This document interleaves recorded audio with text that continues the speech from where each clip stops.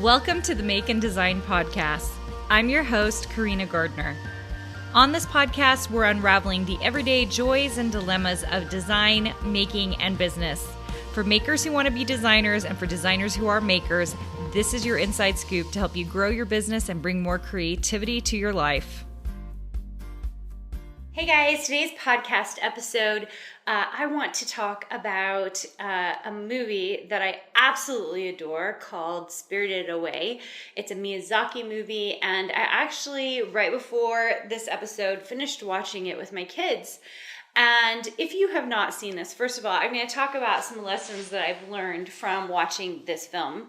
There are so many lessons to be learned, so I'm just gonna put it in the context of like some things that I got from it.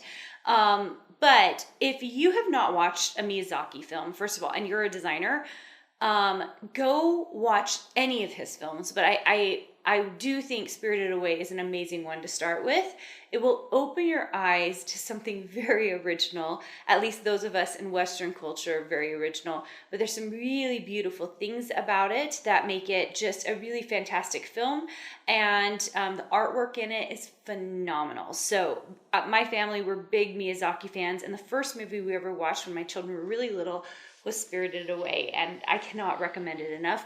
So 3 lessons I want to talk about this film, and I did write a couple of notes so I wouldn't get way off topic because I do want to be brief here. But one of the lessons that I learned, let's start really quickly with this. The premise of the entire show is there is a little girl who is her name is Chihiro, and I'm sure I said that wrong, and she is with her parents in a car making a transition in life. They're moving from another city to a little city, and they accidentally get on the wrong path and get out of their car to a very old looking train station. And they go through this little gateway onto the other side, and they find this world that, you know, there's these beautiful like green landscapes, but there's a bathhouse there. And when they get over there, the parents begin to eat the food. They're going to pay with their credit card, and antics ensue. Basically, she gets stuck over there. Her parents are turned into other creatures. I'm going to let you watch it if you haven't seen. And she has to figure out a way to get out of this world. She's a little girl. She kind of shows up really, really whiny and grumpy when we start the film. And by the end, she is mature and has gone through a lot. And I think that's why the film is so beautiful, because you see her transition from like kind of unable to do anything herself to figuring out how to take control, and lots of sad stuff along the way that makes you feel like this sadness, but also this like feeling of like growing up. So it's absolutely beautiful. The characters in it, the colors in it are absolutely amazing.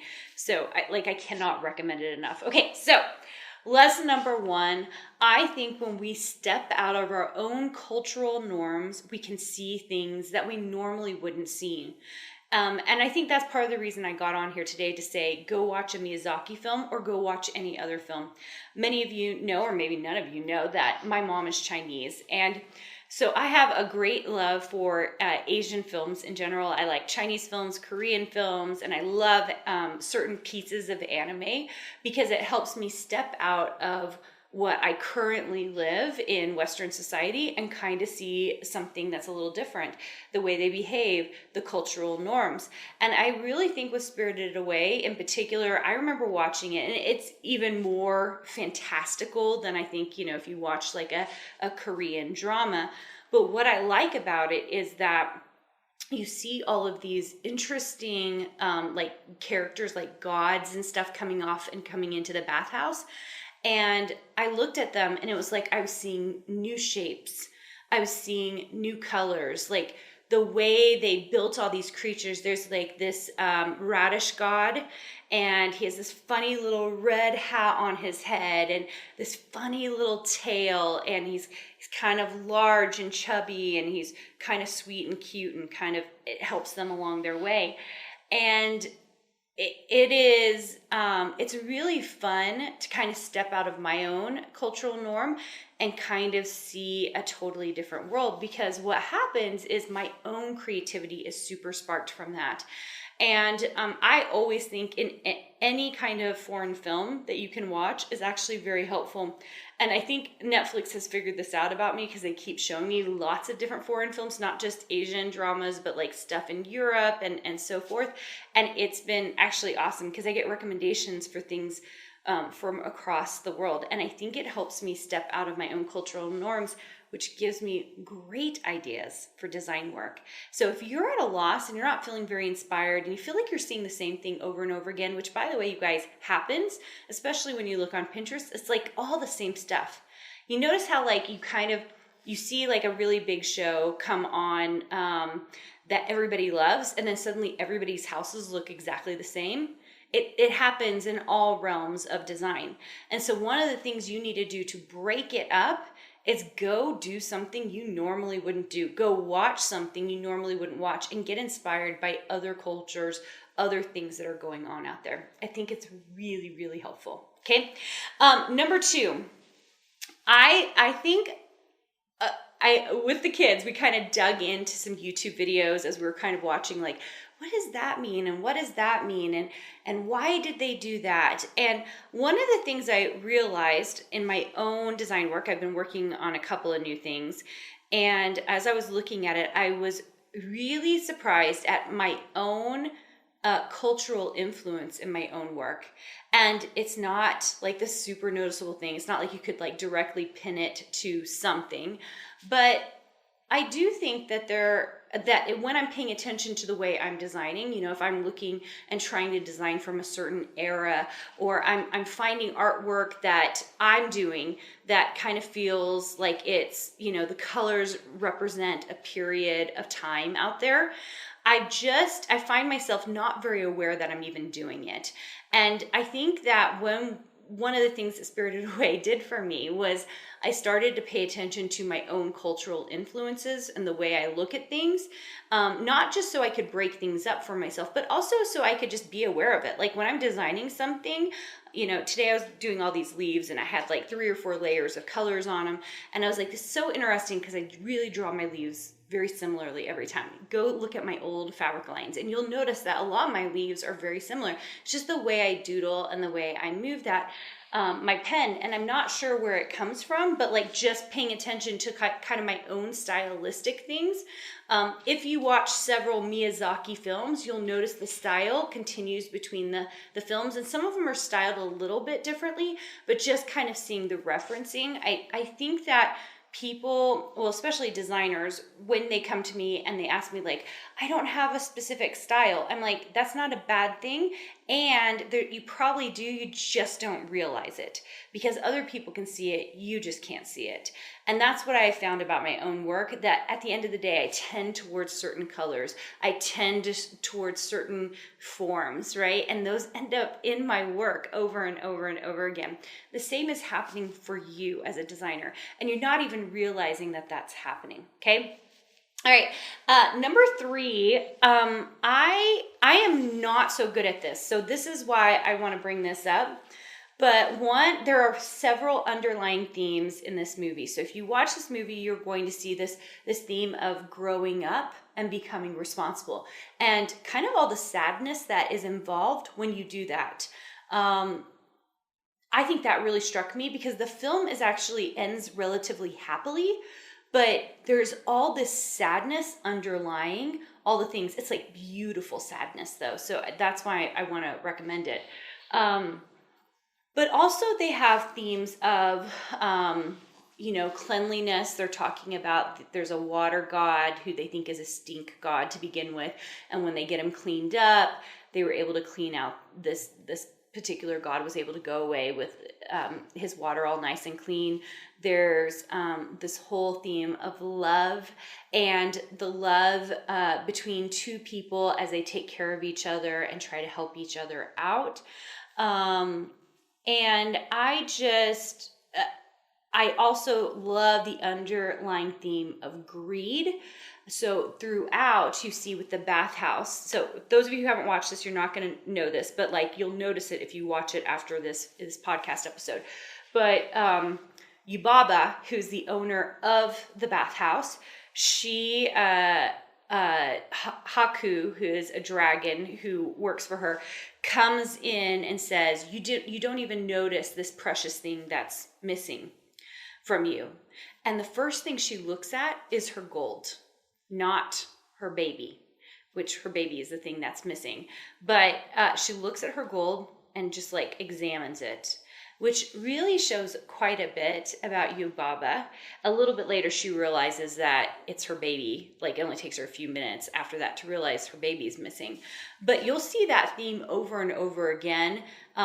There's a very interesting character called No Face, who kind of reflects everybody else's emotions and reflects everybody else's things. And when he's just with Chihiro, like, he's very mild and meek-mannered. But when he's in the bathhouse, he is reflecting everybody else's greed, and he becomes very, very large. He's eating people. He's eating all the stuff they're giving him, and it's really, really gross. And kind of this underlying, also with her parents eating the bathhouse's food for the gods that are coming in and what happens to them. So it's so interesting because a lot of my work, you guys know, a lot of my work is actually florals. I do some dingbats and fonts, and sometimes when I'm designing, I'm just designing for the fun of it. In fact, most of the time I'm designing, I'm just designing, having a good time doing it. But I was thinking about this particular line I'm currently working on, and I'm about to go on a couple of trips. And I really told myself to be okay with being influenced with the things that I was seeing on these trips. It was okay to be influenced and capture the era of all the things that I was seeing, because I think that when we put a story behind our design work, it's just stronger. And I will be the first to tell you, I am not the best about doing this for all of my design work, but I do try to do it for some of my bigger collections and bigger lines. And even if nobody knows what that story is, and very often they don't, I know what that story is. And it really helps me form these beautiful things that I probably wouldn't have come up with, because I've got the story in my head about who's using this design, who made this design, why they want it. And it makes for a really, really wonderful way to do some of your design work. That's all I have for you today. If you've heard these references I'm talking about and you're like, I have never seen this, and it sounds like a crazy film, I cannot recommend enough that you go and watch it. It's so, so beautiful. The artwork is fantastic. The colors are fantastic. The characters are very intriguing. And after just watching it again, after I watched another Asian drama, which was a little bit slower, I realized just really how fantastical Spirited Away is, because the action is moving really, really quickly. I also want to recommend to go on YouTube at some point and go watch some explanations for Spirited Away. I saw all kinds of things people were writing in the comments that were super fascinating to me, things I didn't understand. For example, the name Chihiro, she loses that name. Yubaba takes her name from her and only leaves one character left. And Yubaba takes the name so she can control her. But I guess the name Chihiro is, I can't remember exactly the meaning of it, but it's used often in rivers and lakes to describe them, and mountains. And there's another reference where she falls into a river and has this interaction with Haku that relates to her name. There's some of those little details that are really beautiful and things I didn't understand because I don't know Japanese culture. And so go watch that. It'll open your mind to a few other things as well. And I hope you enjoyed this. It's a little bit off of what I normally do, but I just had such a good time rewatching that movie. And if you want other recommendations, right before I leave, I'm going to give you some other recommendations of Miyazaki movies that I think are really fantastic. My actual favorite is Howl's Moving Castle. Really beautifully done. Kiki's Delivery Service. Ponyo. My daughter's favorite is, she has two favorites, Castle in the Sky and The Secret World of Arrietty. Absolutely stunning films, and hopefully will inspire you, kind of take you out of your comfort zone into doing something new and different in your design work. Thanks so much for joining me, guys. Hope you enjoyed this episode. If you're on our YouTube channel, I'd love for you to subscribe. Would love to give you more fun content, especially about design and the world of design and how we can get inspired by it. If you're on the podcast, I would love for you to leave a review. If you are on one of the other, come visit us on the other, the channel that will make sense for you. The podcast is great for driving around and doing all the things, cooking, etc., and having it running in the background so we can talk about design together. And it's just called the Make and Design Podcast with Carina Gardner. All right, guys, thanks. Have an amazing day, and I'll see you guys later. Hey, did you know that you can visit me at makeanddesign.com to learn more about this podcast and join my VIP group for weekly freebies? I can't wait to see you there.